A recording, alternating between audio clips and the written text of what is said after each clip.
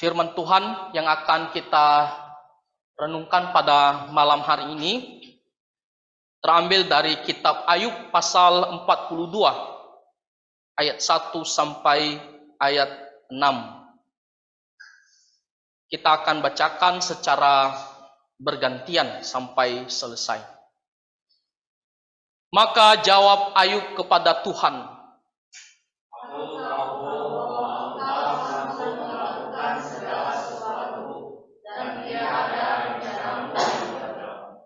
firman-Mu, siapakah dia yang menyelubungi keputusan tanpa pengetahuan?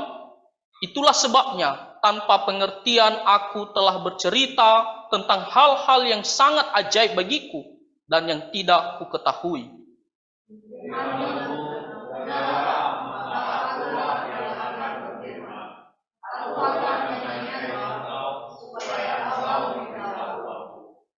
Hanya dari kata orang saja aku mendengar tentang Engkau, tetapi sekarang mataku sendiri memandang Engkau.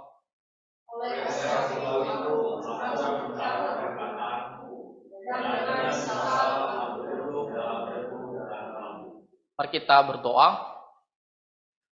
Bapa Surgawi, kami sangat bersyukur karena kami bisa selalu memiliki kesempatan yang sangat baik untuk mendengarkan ajaran kebenaran firman-Mu. Tuhan, kami serahkan ke dalam tangan-Mu. Untuk saat ini Tuhan pimpin kami dengan Roh Kudus-Mu, supaya kebenaran firman-Mu sungguh-sungguh menolong kami, menguatkan kami di dalam menjalani kehidupan kami sehari-hari. Ampunilah dosa-dosa kami ya Tuhan. Kami berdoa di dalam nama Tuhan Yesus Kristus. Amin. Nah, persekutuan kita pada malam hari ini, kita akan belajar dari doa Ayub. Ketika kita berbicara tentang Ayub, kita sudah tahu siapakah tokoh ini. Ini adalah salah satu tokoh yang sangat terkenal di dalam cerita firman Tuhan. Dan kalau kita melihat sekilas tentang Ayub ini, kalau kita baca di pasal pertama, di situ dikatakan Ayub itu berasal dari Uz atau dikatakan orang Uz. Nah, kalau kita melihat Uz ini berada di daerah timur Mesopotamia, dan diperkirakan ataupun kebanyakan orang percaya bahwa Ayub ini hidup pada zaman Abraham, ya sekitar 2000 tahun sebelum Masehi ataupun sebelum itu. Kenapa bisa demikian? Karena ada beberapa indikasi bagaimana di situ dikatakan ya salah satu ya, daerah yang menyerang ya hartanya yaitu orang-orang Sheba, dan orang percaya Sheba itu dibicarakan pada zaman-zaman seperti Abraham, ya Ishak dan Yakub. Dan kita melihat juga bagaimana di dalam kitab Ayub, di situ Ayub memanggil Tuhan itu Allah yang Maha Kuasa. Jadi indikasi-indikasi seperti ini orang percaya bahwa Ayub ini hidup pada zaman Abraham atau 2000 tahun sebelum Masehi. Dan firman Tuhan mengatakan bahwa Ayub ini adalah orang yang paling kaya di sebelah timur. Paling kaya di sebelah timur. Kenapa? Karena Alkitab jelas mencatat kekayaan daripada Ayub. Dan di situ dikatakan bahwa dia memiliki 7.000 ekor kambing domba, ya 7.000 ekor kambing domba, lalu dia punya 3.000 ekor unta, dia punya 500 pasang lembu, dia 500 keledai betina, dan juga dia memiliki budak yang begitu banyak jumlahnya. Dan dia juga memiliki 7 anak laki-laki dan 3 anak perempuan. Dan firman Tuhan mengatakan bahwa Ayub ini adalah seorang yang saleh, yang hidupnya jujur di hadapan Tuhan. Itulah kenapa ya Tuhan mengasihi Ayub, ya karena jelas dikatakan dia adalah orang yang saleh, orang yang jujur di hadapan Tuhan.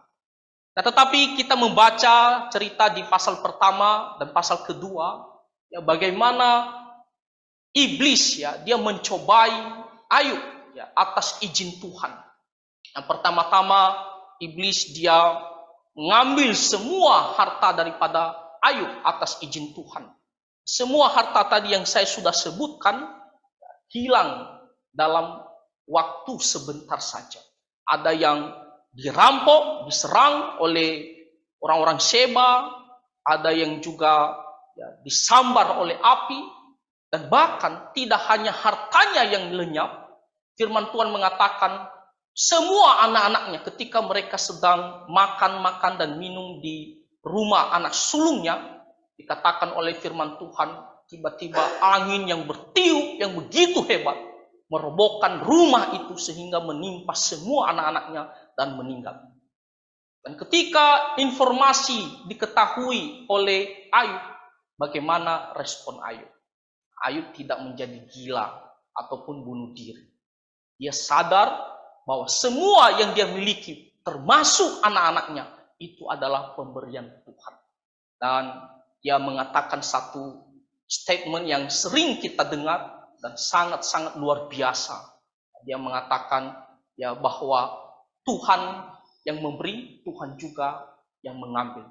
Aku datang dengan telanjang, aku juga akan pergi dengan telanjang. Nah, kita melihat bagaimana iman Ayub kepada Tuhan sungguh luar biasa.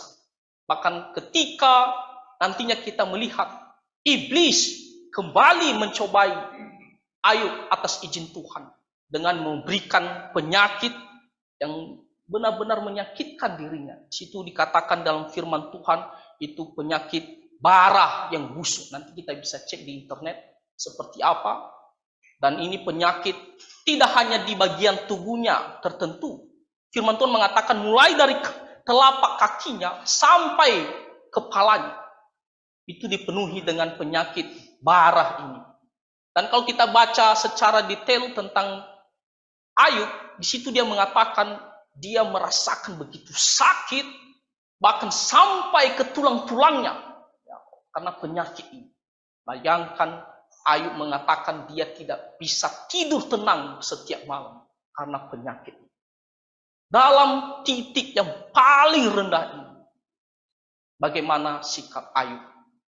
Nah, saudara-saudara, kalau kita melihat selanjutnya cerita Ayub ini, mulai dari pasal 3, disitulah Ayub mulai bercerita. Di situ dikatakan dia berkeluh kesah. Nah, dikatakan di Ayub pasal 3 dia berbicara tentang kelahirannya. Dia sungguh-sungguh menyesalkan akan kelahirannya. Bahkan juga dia mengatakan biarlah terkutuk hari di mana dia lahir karena penderitaan yang dia alami ini. Bagi dia lebih baik dulu dia tidak lahir. Itu adalah sesuatu yang tidak bagus karena sekarang dia menderita, bahkan maut menunggu dia. Nah, kalau kita melihat lagi Ayub pasal 27, bagaimana Ayub dia mulai mempertanyakan tentang Tuhan. Ketika teman-temannya menyalahkan dia. Dan kita melihat bagaimana Ayub tetap membela dirinya, dia tidak bersalah.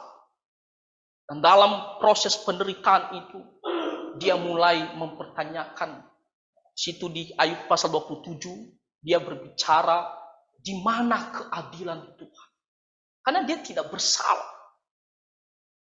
Tidak ada sesuatu yang layak untuk dihukum, untuk mendapat penderitaan yang dia alami sekarang ini. Ini dia mempertanyakan di mana keadilan Tuhan. Bahkan kalau kita membaca di Ayub pasal 30, di situ Ayub mengatakan dia sudah berdoa kepada Tuhan berkali-kali terus-menerus, tetapi Tuhan tidak menjawab dia. Bayangkan tekanan itu yang begitu luar biasa. Saudara-saudara, kita sering mengatakan tempat terakhir bagi kita untuk mengadu pergumulan kita, masalah kita, itu Tuhan. Tapi bagaimana kalau Tuhan yang adalah harapan kita ketika kita berdoa, namun kita tidak mendapatkan jawaban itu? Bagaimana perasaan kita? Kita pasti akan begitu kecewa, begitu putus asa. Di Ayub pasal 30 dia mengatakan dia sudah berdoa tetapi tidak ada jawaban daripada Tuhan. Bahkan di Ayub pasal 35 sekali lagi dia mengatakan di situ, aku tidak bersalah. Kalau saya bersalah, biarlah Tuhan menjawab aku dan memberitahukan apa kesalahanku. Itu adalah suatu ekspresi bagaimana dia benar-benar merasakan tidak sanggup akan penderitaannya ini. Sampai dia mengatakan, biarlah Tuhan berbicara kepada saya. Kalaupun saya ada kesalahan, biarlah Tuhan beritahukan. Biarlah Tuhan menjawab. Jadi kita bisa melihat bagaimana Ayub dia bersikap bahwa penderitaannya ini memang dia tidak bersalah. Tetapi ketika dia menanyakan keadilan Tuhan, dia mencoba meminta Tuhan untuk memberitahukan kenapa dia dihukum atau mengalami semuanya ini. Ini adalah sikap yang kurang baik. Memang kita membaca Ayub tidak pernah bersalah, sehingga dia dicobai oleh iblis. Tapi ketika dia mengungkapkan semua perasaannya itu karena penderitaannya ini, seolah-olah bahwa apa yang dilakukan Tuhan itu, atas izin Tuhan itu, adalah sesuatu yang tidak baik. Maka kalau kita membaca di Ayub pasal 38, Tuhan menjawab dia, dikatakan di ayat pertama, maka dari dalam badai Tuhan menjawab Ayub.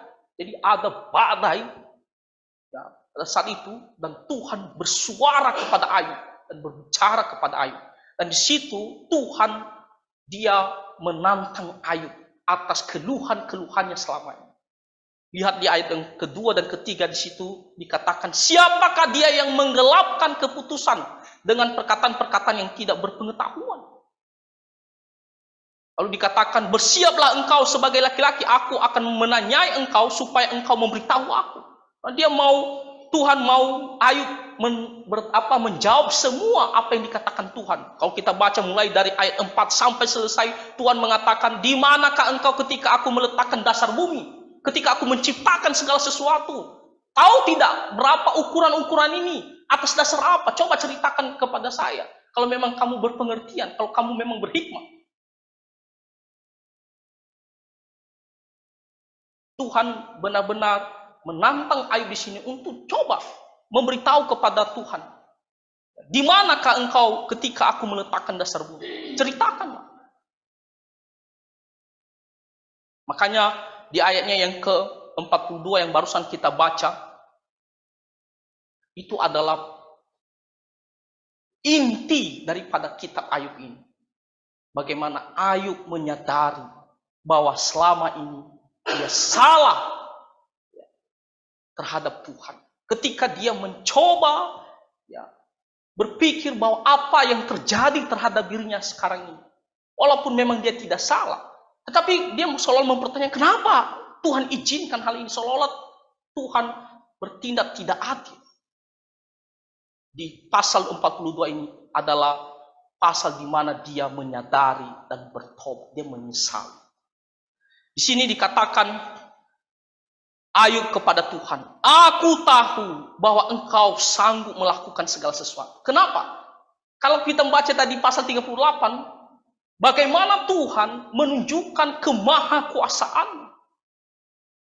alam semesta ini. Tuhan yang menciptakan. Ayub tidak sanggup melakukannya, dia hanyalah manusia biasa.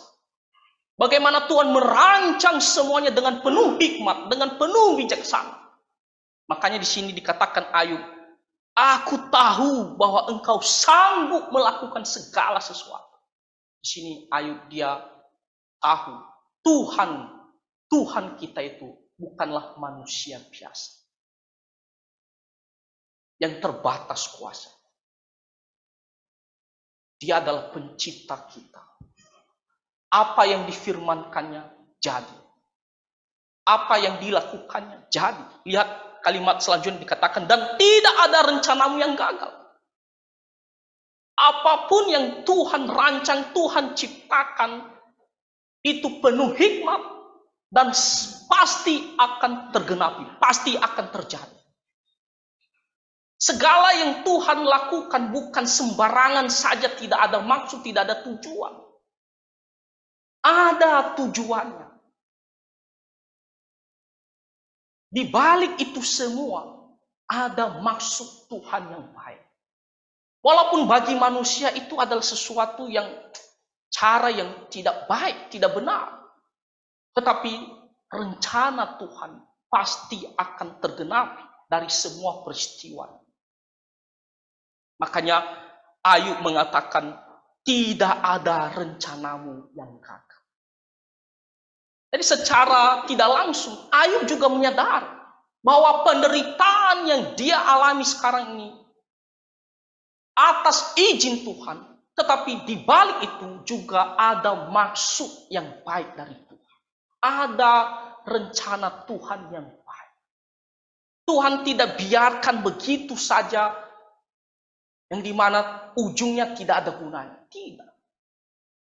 Walaupun kita melihat Ayub tidak bersalah, iblis mencobai Ayub, tetapi atas izin Tuhan, tetapi di balik itu ada maksud Tuhan yang baik. Makanya di sini dikatakan, dan tidak ada rencanamu yang gagal. Lihat ayat yang ketiga dan ayat keempat, bagaimana Ayub dia mengutip ayat yang pasal 38. Firman-Mu, siapakah dia yang menyelubungi keputusan tanpa pengetahuan? Bagaimana Tuhan bertanya kepada Ayub, siapakah dia yang menyelubungi keputusan tanpa pengetahuan? Maksudnya adalah apa? Maksudnya adalah siapakah yang dimana mencoba dia berbicara sesuatu tentang Tuhan tanpa dia mengerti sebenarnya apa di balik semuanya itu yang Tuhan maksud. Kita melihat bagaimana Ayub dia berbicara yang dia pikir harusnya dia tidak mengalami hal ini, Tuhan tidak adil. Harusnya Tuhan tidak melakukan hal ini karena saya tidak bersalah. Tapi semuanya itu Ayub tidak mengerti. Dia hanya mengungkapkan pernyataan-pernyataan tentang Tuhan, tetapi tidak lebih dalam lagi mengetahui apa rencana Tuhan pada akhirnya. Kita melihat bagaimana ayat keempat lagi dikutip dari pasal 38 tadi. Dengarlah, maka akulah yang akan berfirman, aku akan menanyai engkau supaya engkau memberitahu aku. Karena Ayub seolah-olah dia mengerti, maka Tuhan meminta dia coba kasih tahu sama saya. Kalau kita baca pasal 38 tadi, Tuhan menguraikan apa yang dilakukan Tuhan. Coba kasih tahu sama saya semuanya ini. Kalau memang kamu benar-benar berpengertian. Ayub dia sadar, dia salah. Lihat ayatnya ketiga dikatakan, itulah sebabnya tanpa pengertian aku telah bercerita tentang hal-hal yang sangat ajaib bagiku dan yang tidak ku ketahui.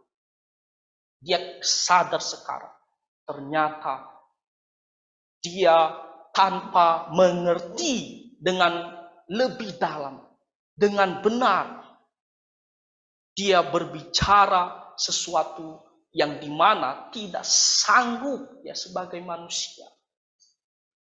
Terbatas pengertiannya. Dikatakan yang sangat ajaib bagiku dan yang tidak ku ketahui. Memang secara manusia, dalam posisi Ayub, dia merasa harusnya bukan begini. Karena dia tidak bersalah. Harusnya Tuhan bertindak, segera melepaskan dia. Oke lah, kalau dia sudah mengalaminya, maka Tuhan harusnya segera bertindak untuk menolong dia. Karena dia tidak bersalah di hadapan Tuhan. Firman Tuhan mengatakan dia orang saleh. Tapi kenapa Tuhan tidak menjawab dia dan Tuhan tidak melepaskan dia sampai teman-temannya terus menyalahkan Ayub.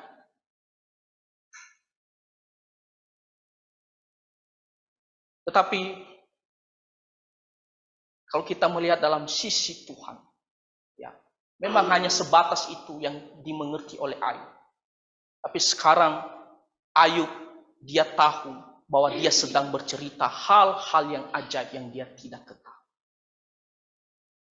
Lihat ayatnya yang kelima dikatakan, hanya dari kata orang saja aku mendengar tentang engkau.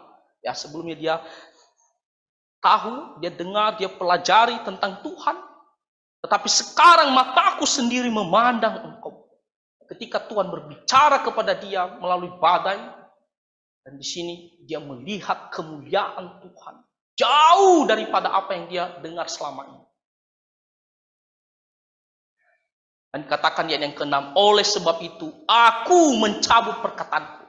Mencabut perkataan keluhan-keluhannya yang selama ini mempertanyakan tentangku. Dikatakan aku mencabut perkataanku. Dan dengan menyesal aku duduk dalam debu dan abu. Menyesal dan dia menunjukkan pertobatannya sungguh-sungguh dengan kesedihan atas apa yang dia lakukan ini. Dikatakan di sini dia duduk dalam debu dan abu. Itu adalah kebiasaan ya pada zaman itu. Ketika orang dalam berkabung, ya, dia pasti ada abu yang dikasih di kepala ataupun dia duduk dalam debu dan abu sebagai tanda perkabungan.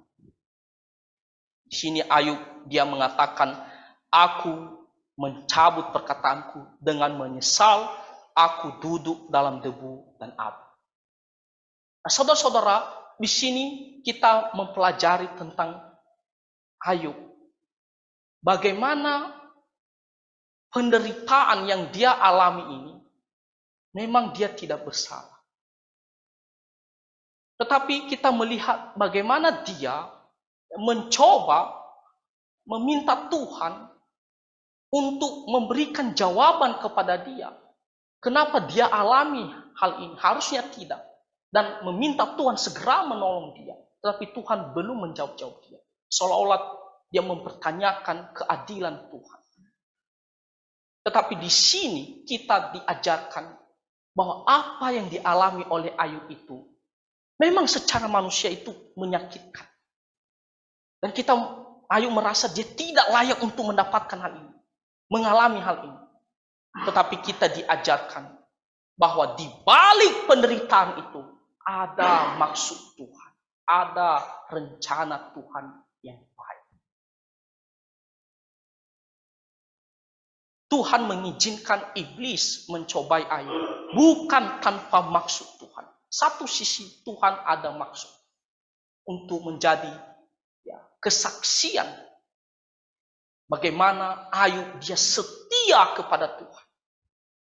Bagaimana Ayub dia selalu mengutamakan Tuhan. Bagaimana dia bertahan dalam penderitaan itu. Jadi ada maksud Tuhan di balik semuanya itu. Nah, ini adalah pelajaran bagi kita, saudara-saudara. Kita setiap hari mengalami yang namanya kesusahan, penderitaan. Dan ada orang-orang tertentu merasa, kenapa kondisi saya sekarang ini seperti begini? Kadang-kadang ada yang mencoba melihat, apakah dia ada berbuat salah ya? Ada berbuat dosa sehingga dia menanggung kesalahan ini. Mungkin dia merasa dia tidak berbuat salah. Dia tidak ada hal yang dia lakukan sehingga dia alami penderitaan ini. Tapi kenapa Tuhan izinkan semuanya ini terjadi? Ada orang-orang yang mengalami hal ini, dia menjadi kecewa kepada Tuhan. Dia menjadi bersungut-sungut kepada Tuhan. Bahkan yang lebih parahnya, mempertanyakan keberadaan Tuhan. Bahkan tidak mau datang ibadah. Ada orang-orang begitu, orang-orang Kristen juga. Karena masalah, kesulitan. Walaupun dia merasa dia tidak melakukan kesalahan sehingga dia mengalami hal ini. Dia tidak datang ibadah karena saking kecewanya. Atau mungkin dia sudah berdoa. Tetapi Tuhan belum melepaskan dia. Bapak Ibu pernah melihat orang ataupun pernah kita alami bagaimana kita mengalami suatu penderitaan kesusahan yang begitu lama. Kita sudah berdoa berkali-kali, tapi Tuhan belum menjawab. Kita kadang berpikir, sampai kapan hal ini bisa saya lewati? Sampai kapan?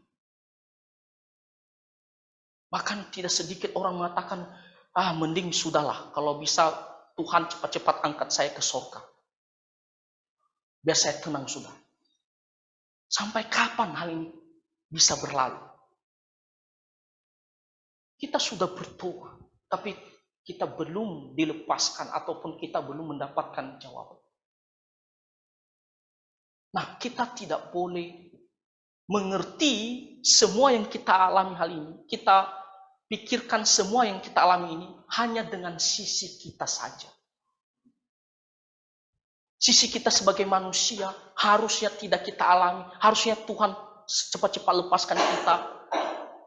Itu kan sisi kita manusia. Tapi coba kita lihat dari sisi Tuhan. Apakah Tuhan bermaksud lain? Ada tujuan Tuhan yang lain.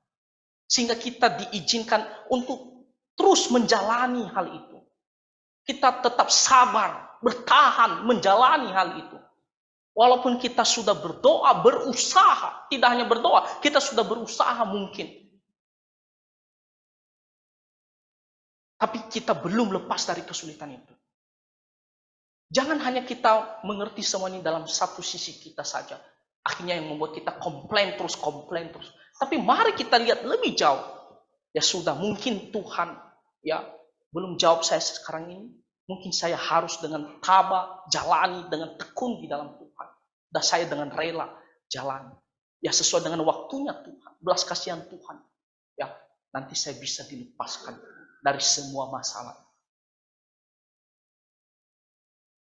Kita harus mengerti dalam sisi Tuhan juga. Kita manusia hanya mau cepat-cepat. Ada kesulitan, cepat-cepat lepas. Tidak semua kesulitan itu hanya memberikan dampak negatif bagi kita, saudara. Tapi juga memberikan dampak positif bagi kita. Mungkin dari kesusahan itu supaya kita semakin giat beribadah kepada Tuhan. Semakin giat bersandar kepada Tuhan. Saya ambil satu contoh ya. Tentang persekutuan muda-mudi. Kadang-kadang saya bicara sama muda-mudi begini. Ada anak muda-mudi yang dulunya tidak dapat pekerjaan. Susah cari kerja. Dia sudah berusaha, calling sana, calling sini, tak dapat. Dia sudah berdoa. Tidak dapat.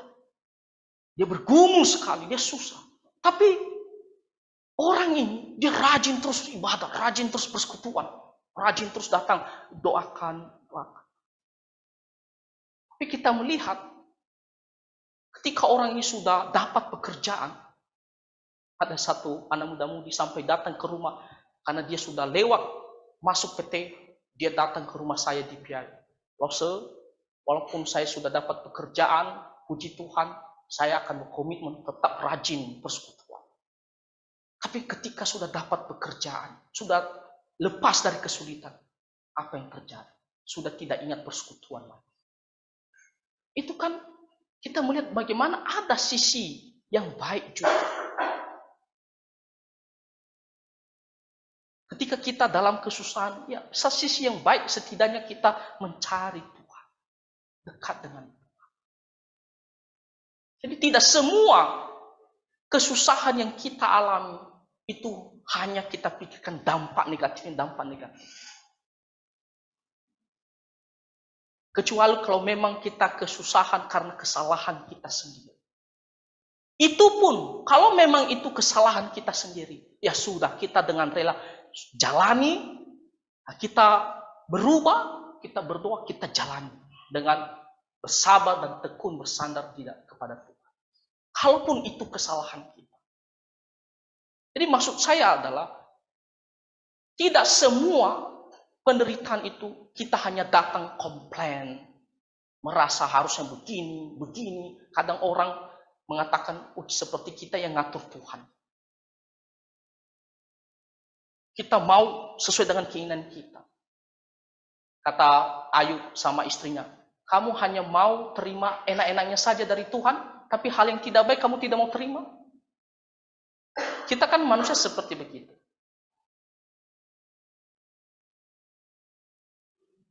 Jadi, kalaupun kita mengalami kesusahan, kalau kita merasa tidak berbuat kesalahan, kita terus bersandar, berharap kepada Tuhan dan dengan tekun menjalani. Kalaupun itu kesalahan kita, kita pun rela menjalani. Dan kita berubah. Saudara-saudara, apa yang menjadi masalah kita sekarang? Kesusahan kita sekarang? Apakah kita sudah hampir-hampir mau menyerah? Apakah kita selama ini sampai komplain kepada Tuhan? Saudara-saudara, mari kita lihat juga sisi yang baik. Ya, Tuhan memberikan kita yang maksud yang lain supaya kita bisa dibentuk lagi melalui kesusahan, terlepas itu kesalahan kita atau bukan. Kalaupun Tuhan belum melepaskan kita, mari kita ambil sisi baiknya. Ya, mungkin Tuhan mau kita dibentuk lagi. Masih ingat tentang orang Israel? Kalau mereka mau dituntun Tuhan sampai di tanah Kanaan, itu cepat sekali. Tidak sampai 40 tahun. Tapi kenapa harus sampai 40 tahun berputar terus? Tuhan mau membentuk mereka. Jadi apa yang menjadi kesusahan kita sekarang ataupun ke depan? Mari kita jalan. Tentunya kita terus berdoa. Tuhan segera lepaskan kita. Tapi kita tetap dengan bersandar kepada Tuhan, sabar menjalaninya di dalam Tuhan. Saudara-saudara, saya mau menutup hal ini dengan satu kesaksian dari salah satu tokoh Alkitab yang sangat terkenal juga, yaitu Rasul Paulus. Rasul Paulus di 2 Korintus pasal 12 ayat 7 sampai 10. Di situ dikatakan ketika Rasul Paulus mengalami suatu jenis penyakit ya. Dikatakan di sini ada duri di dalam dagingnya. Kita tidak tahu jelas apa penyakit ini. Di sini hanya dikatakan duri di dalam dagingnya. Dan tentunya ini begitu mengganggu Rasul Paulus. Makanya Rasul Paulus di ayat yang ke-8 di situ dia berdoa sampai 3 kali. Di sini dikatakan hal itu aku sudah 3 kali berseru kepada Tuhan supaya penyakit itu atau masalah itu cepat disingkirkan. Secara manusia, kenapa saya alami ini? Rasul Paulus dia giat melayani Tuhan, memberitakan Injil. Kenapa saya alami ini? Kalau secara manusia, kalau dia mau komplain, kalau dia merasa tidak adil. Dia sudah berdoa sampai 3 kali bahkan. Tapi apa kata Tuhan? Cukupkanlah kasih karuniaku bagimu. Ya. Sebab justru dalam kelemahanlah kuasaku menjadi sempurna. Maksudnya adalah Tuhan izinkan hal itu terjadi. Karena ada maksud Tuhan yang baik. Tentunya kita tidak ada yang mau mengalami penderitaan kesusahan. Tidak ada juga orang yang mau lama-lama dalam penderitaan. Tidak ada. Kita mau cepat-cepat juga bisa lepas. Tapi kalaupun kita harus jalaninya, kita jalaninya di dalam Tuhan. Kita harus mengerti ada sisi yang baik. Sambil kita membentuk diri kita, iman kita kepada Tuhan. Lebih dekat dengan Tuhan. Jadi ketika kita berdoa, jangan hanya berdoa untuk komplain. Tidak puas kepada Tuhan. Ya, terutama ketika jawaban doa kita belum dijawab oleh Tuhan. Tapi marilah kita mengerti bahwa di balik semuanya itu ada hikmat, kebijaksanaan daripada Tuhan. Kita menerimanya, kita menjalaninya di dalam Tuhan. Kiranya melalui apa yang dikatakan Ayub ini, kita juga belajar bahwa semuanya yang terjadi ada maksud Tuhan. Dan mari kita selalu mau menjalaninya di dalam Tuhan, menerimanya dengan bersandar kepada Tuhan. Kiranya Tuhan menolong dan memberkati kita semua. Mari kita bersatu di dalam doa. Bapa Surgawi, kami sangat bersyukur untuk firman Tuhan yang kembali mengajarkan kami. Ketika kami dalam kesusahan, ketika kami berdoa dan berusaha, namun kami masih menjalani kesusahan itu. Ajarlah kami untuk terus bersandar kepada Tuhan dan untuk mengerti bahwa di balik itu semuanya Tuhan juga ada maksud baik bagi kami. Dan biarlah kami terus hidup dengan bersandar kepada Tuhan dan takut akan Tuhan. Terima kasih ya Tuhan atas firman-Mu. Ampuni dosa-dosa kami. Di dalam nama Tuhan Yesus Kristus kami berdoa. Amin.